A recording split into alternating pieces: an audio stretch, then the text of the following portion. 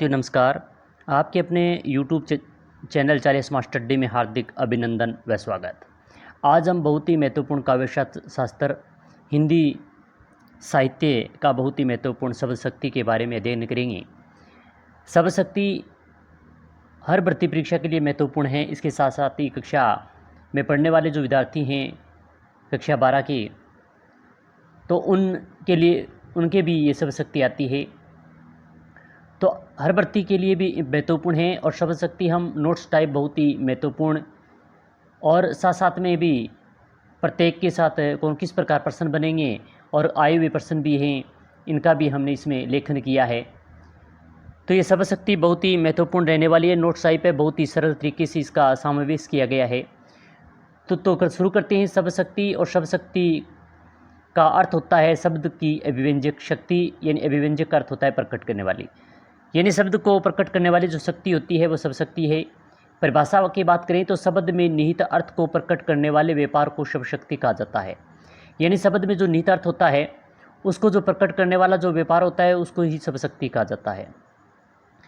अगर इसका अन्य रूप में अगर परिभाषा अलग से देखें, शब्दों में अंतर्निहित अर्थ को प्रकट करने वाले व्यापार को शब्द शक्ति कहते हैं। ये भट्टनायक ने कहा था। जो भट्टनायक थे उन्होंने कहा था कि जो शब्दों में अंतर्निहित जो अर्थ को प्रकट करने वाली जो व्यापार है, जो शक्ति है, वही शब्द शक्ति कहलाती है। वाक्य में प्रयुक्त शब्दों के अर्थ जानने के लिए बुद्धि का जिस शक्ति का प्रयोग होता है उसे शब्द शक्ति या शब्दवृत्ति कहा जाता है। तो हमने 3 परिभाषाओं को लिया है।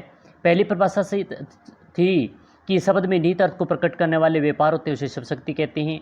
दूसरी है शब्दों में अंतर्निहित अर्थ को प्रकट करने वाले व्यापार को शब्द शक्ति कहते हैं। और तीसरी है वाक्यों में प्रयुक्त शब्दों का अर्थ जानने के लिए बुद्धि द्वारा जिस शक्ति का प्रयोग किया जाता है उसे शब्द शक्ति कहते हैं। जो भी आपको अच्छी लगे परिभाषा लिख लेना।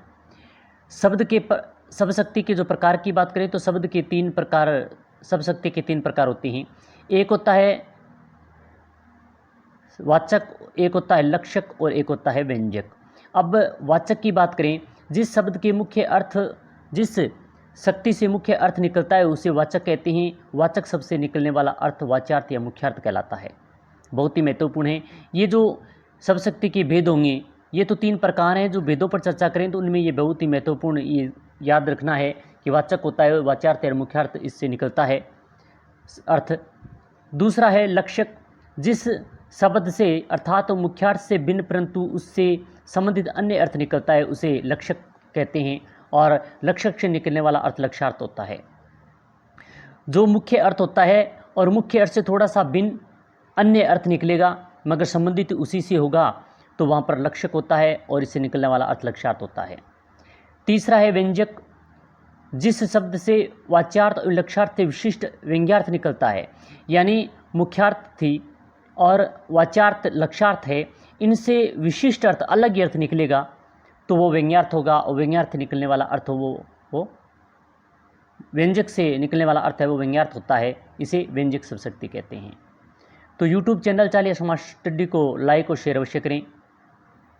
शब्द शक्ति का महत्व क्या है, यानी जो ये शब्द शक्ति हम पढ़ रहे हैं, इसका अध्ययन कर रहे हैं, इसका क्या महत्व है कि किसी शब्द का महत्व उसमें निहित अर्थ पर निर्भर होता है।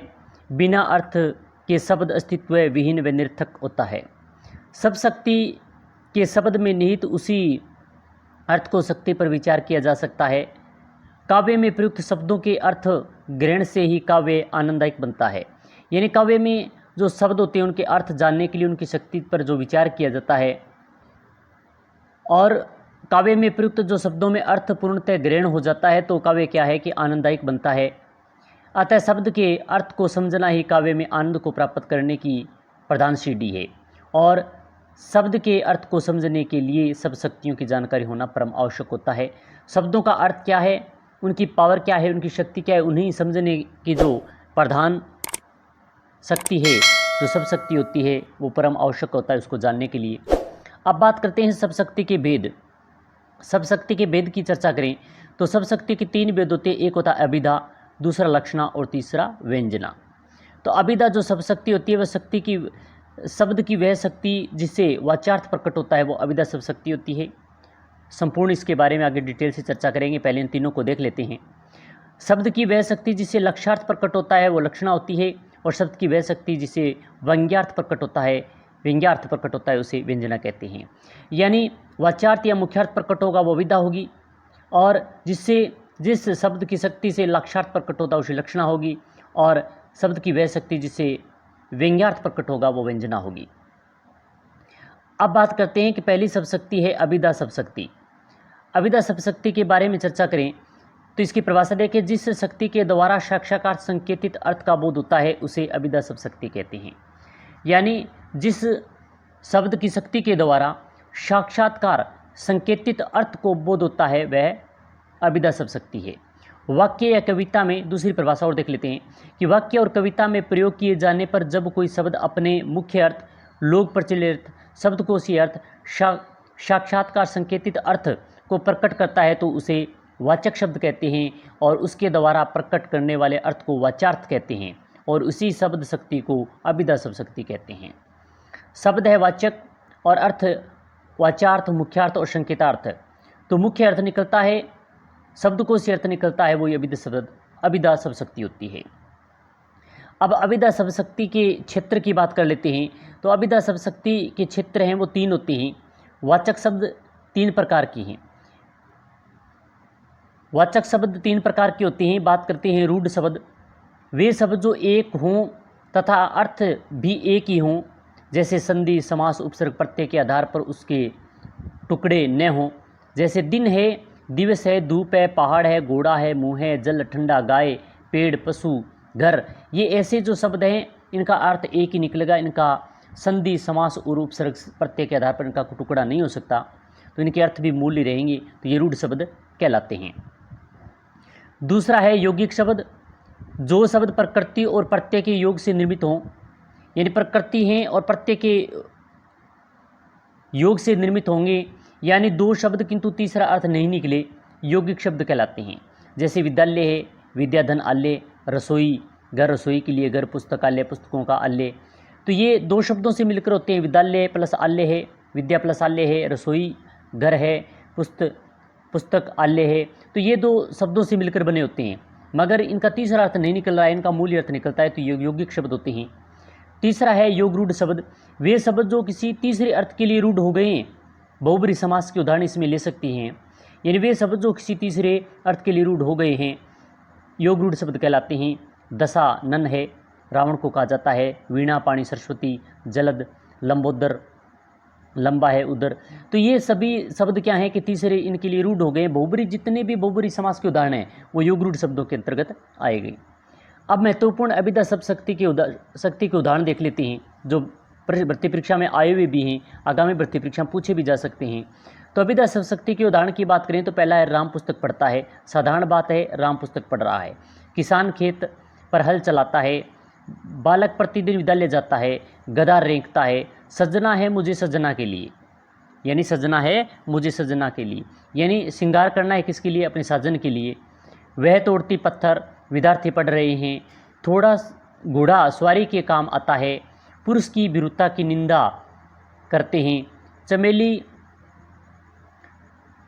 पुरुष की वीरता की पूरी निंदा करते हैं। चमेली का पुष्प श्वेत वर्ण का सुगंधित पुष्प है। तो ये कक्षा 12 के अंदर भर्ती परीक्षा में जो भर्ती परीक्षा हुई उसमें भी, और कक्षा 12 की जो पाठ्यपुस्तक इसमें भी ये उदाहरण दिए हुए हैं जो हमें आगे भर्ती परीक्षा में देखने को मिलेंगे। ये सभी बहुत ही महत्वपूर्ण इंपॉर्टेंट उदाहरण हैं जो अभिधा शब्द शक्ति की हैं। तो सरल और सीधा कोई अन्य अर्थ नहीं निकलेगा, जो है वही अर्थ है, तो अभिधा शब्द शक्ति के अंतर्गत आता है। अब बात करते हैं दूसरी लक्षणा शब्द शक्ति। लक्षणा शब्द शक्ति है, इसका शब्द लक्षक होता है और अर्थ लक्षार्थ निकलता है। परिभाषा की बात करें, मुख्यार्थ में बाधा होने पर रूढ़ि अथवा प्रयोजन के कारण जिस शक्ति द्वारा मुख्यार्थ से संबंधित अन्य अर्थ ग्रहण किया जाता है उसे लक्षणा शब्द शक्ति कहते हैं, और लक्षणा से लक्षार्थ ग्रहण किया जाता है। तो मुख्य अर्थ में बाधा उत्पन्न हो गई, रूढ़ि और प्रयोजन के कारण जिस शक्ति के द्वारा मुख्य अर्थ संबंधित अर्थ अन्य अर्थ ग्रहण कर लिया जाता है, वहाँ पर लक्षणा शब्द शक्ति होती है। जैसे उदाहरण की बात करें तो मोहन गधा है, यहाँ गधे का लक्षार्थ मूर्ख से लिया गया है। मोहन वास्तव में तो गधा नहीं हो सकता, मगर मोहन में जो गुण हैं वो गधे के समान है, इसलिए उसे मोहन गधा कहा गया है। मगर इसका मोहन गधा ये साधारण अर्थ नहीं, इसका अन्य अर्थ मूर्ख के रूप में लिया जा रहा है। इसी प्रकार राधा तो नीरी गाय है, राधा वास्तव में तो गाय नहीं है, मगर गाय जैसे उनमें गुण है, सरल है, स्वभाव से सीधी सादी है, इसलिए उसे कहा गया है। तो इसका मुख्य अर्थ से हटकर अन्य अर्थ ग्रहण किया जा रहा है, तो यहाँ पर क्या है, लक्षणा शब्द शक्ति है। लक्षण शब्द शक्ति के लिए आवश्यक 3 बातें बहुत ही महत्वपूर्ण ध्यान रखने वाली है कि शब्द के मुख्य अर्थ या मुख्यार्थ में बाधा पड़े तो लक्षण शब्द शक्ति होती है। जैसे गंगा पर घर है, इस वाक्य में गंगा पर शब्द का मुख्यार्थ है गंगा नदी के प्रवाह है, लेकिन जल प्रवाह घर नहीं हो सकता। यानी गंगा नदी पर घर है, नदी के पास हो सकता है, गंगा नदी पर तो नहीं होता। अतः यहाँ मुख्यार्थ में बाधा हो रही है और अन्य अर्थ थोड़ा सा ग्रहण किया जा रहा है, इस कारण यहाँ लक्षण शब्द शक्ति होगी। दूसरा है शब्द के मुख्य अर्थ से संबंधित कोई अन्य अर्थ ग्रहण किया जाता है। यानी शब्द का अगर कोई मुख्य अर्थ होता है और उससे संबंधित तो कोई अन्य अर्थ ग्रहण कर लिया जाता है या कर लिया जाए, तो वहाँ पर लक्षण शब्द शक्ति होती है।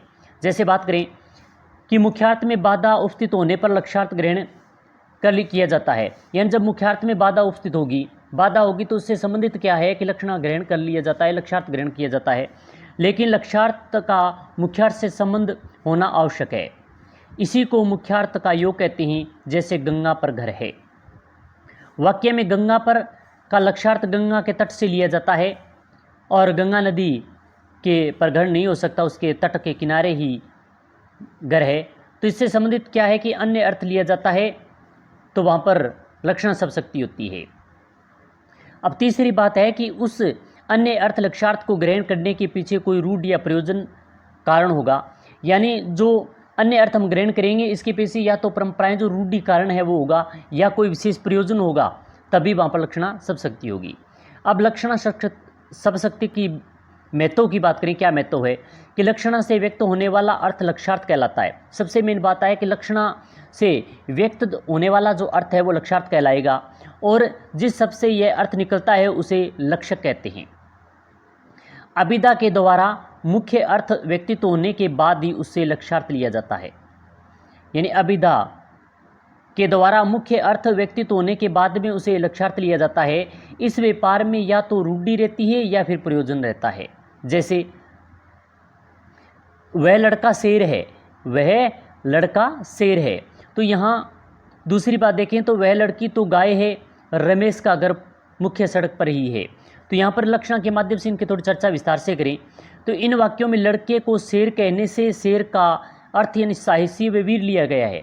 यानी वास्तव में लड़का शेर तो नहीं है, मगर वो साहसी है, शेर के समान वीर है, इसलिए उसका अन्य अर्थ ग्रहण किया गया है। इसी प्रकार लड़की तो गाय कहने से गाय का अर्थ सरल स्वभाव की है। यानी लड़की को गाय कहा गया है, वास्तव में गाय नहीं है, मगर गाय जैसी सरल और सिंपल स्वभाव की है, इसलिए उसे गाय कहा गया है। तो अन्य अर्थ ग्रहण करने से हमें पता चल गया। रमेश का घर मुख्य सड़क अर्थात सड़क के मध्य में नहीं हो सकता, अतः सड़क के किनारे पर उससे निकट अर्थ से लिया जा सकता है, ऐसा कहा जाता है। ये सभी अर्थ लक्षण शब्द शक्ति के ही लिए गए हैं। अब बात करते हैं कि लक्षण शब्द शक्ति के भेद। लक्षण शब्द शक्ति के कितने भेद होते हैं? 2 भेद होते हैं, एक रूढ़ा लक्षणा और दूसरी है प्रयोजनवती लक्षणा। अब रूढ़ा लक्षणा क्या है, प्रयोजनवती लक्षणा क्या है, और इसके बाद में जो व्यंजना लक्षण शब्द शक्ति की अन्य उदाहरण, व्यंजना शब्द शक्ति और व्यंजना शब्द शक्ति के 2 भेद, शाब्दिक व्यंजना, आर्थिक व्यंजना और इनके महत्वपूर्ण उदाहरण की चर्चा हम आगे वाली क्लास में करेंगे, क्योंकि अगर इन सभी पर अभी हम चर्चा करें तो यह क्लास लंबी हो जाएगी।